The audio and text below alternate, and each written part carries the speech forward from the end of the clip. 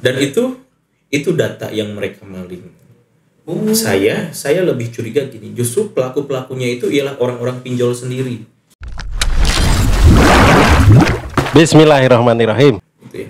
Tapi yang sekarang tren baru, masalah baru, ini banyak yang terjadi. Kita itu nggak pernah pinjam-pinjol, tapi kita itu keluar tagihan. Nah itu. Ada itu. Ya, ini saya barusan lihat di kompas.com. Dia melihat ada transaksi masuk 2 kali dan dia aneh, dia nggak ngerasa ada yang konfirmasi saya transfer sekian dan ternyata dari pinjol. Iya. Dan itu data yang mereka maling. Saya lebih curiga gini, justru pelakunya itu ialah orang-orang pinjol sendiri di internal perusahaan mereka. Mereka punya data nih. Ya mereka kan narik duit di pinjol itu kan, karena simple, gampang gitu loh. Tapi pakai identitas orang lain gitu loh. Padahal si orang tersebut tidak merasa dan tidak pernah. Nah ini biasanya pelakunya, kami pernah investigasi, itu memang ada orang luar, tapi kebanyakan orang-orang pinjol sendiri di dalam perusahaannya itu bermain. Gitu loh. Karena ya gitulah orang-orang. Gitu. Ya pokoknya mah jangan sampai kena pinjol. Janganlah. Iya. Karena kita khawatir kedepannya juga nama baik juga ya tercemar gitu.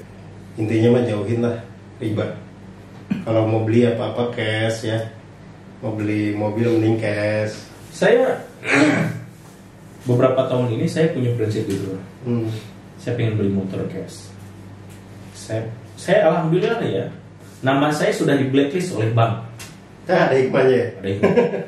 Karena salah satu cara kita untuk tidak terjun lagi ke dunia riba, itu kita harus blacklist dulu nama kita. Itu pintu awal masuknya. Ya, BI checking kita harus jelek. Jadi harus bangga, siapapun antum yang memang BI checkingnya jelek, berbanggalah, berbahagialah. Ya. Nah, ketika BI checking kita sudah jelek, sudah merah, maka kan paradigma kita ya udah jangan kredit lagi. Saya terbukti ya, saya kredit motor, kredit mobil berapa kali, nggak ada tuh yang kepemilik sampai sekarang, karena nggak berkah. Nah, kembali lagi tadi, kalau seandainya memang paradigma kita sudah berubah, saya pengen mobil, saya pengen motor, saya pengen rumah secara cash, pengen istri secara cash, bla bla bla. Mahal yes. Allah akan lancarkan. Saya pengalaman sendiri kan ya. Saya punya ajang, saya pengen beli mobil cash, tapi nggak ada duit. Tapi saya butuh, bukan buat pamer. Ini kebutuhan kerja saya. Allah bukakan jalan. Ada saudara saya yang punya mobil lebih dari 1, yaudah sok pakai, bayar nyicil tanpa riba. Kan masya Allah itu. Gitu. Saya pengen rumah, sama pak. Saya ngontrak ya, sebelumnya saya ngontrak. Saya pengen rumah ini, tapi waktu itu duit ada buat DP ada, tapi nggak mau, pengen cash. Allah buka tuh. Kebetulan yang punya rumah itu dia rumahnya kurang lebih punya 12 rumah, terlalu banyak rumahnya. Saya memberanikan diri, Bu, Pak, saya mau bayar rumah. Insya Allah tahun ini saya lunasin, saya bayar rumah. Tapi saya minta bertahap pembayarannya, dikabulkan, dibolehkan.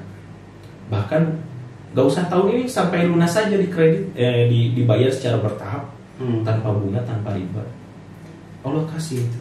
Makanya jalan-jalan itu selalu Allah siapkan bagi mereka yang memang punya azam dengan serius pengen menjadi lebih baik lagi. Kan kaidah dalam Islam itu kan meninggalkan apa yang dilarang pasti Allah ganti dengan yang lebih baik. Sepakat. Betul. Fakat Muhammad. Terima kasih.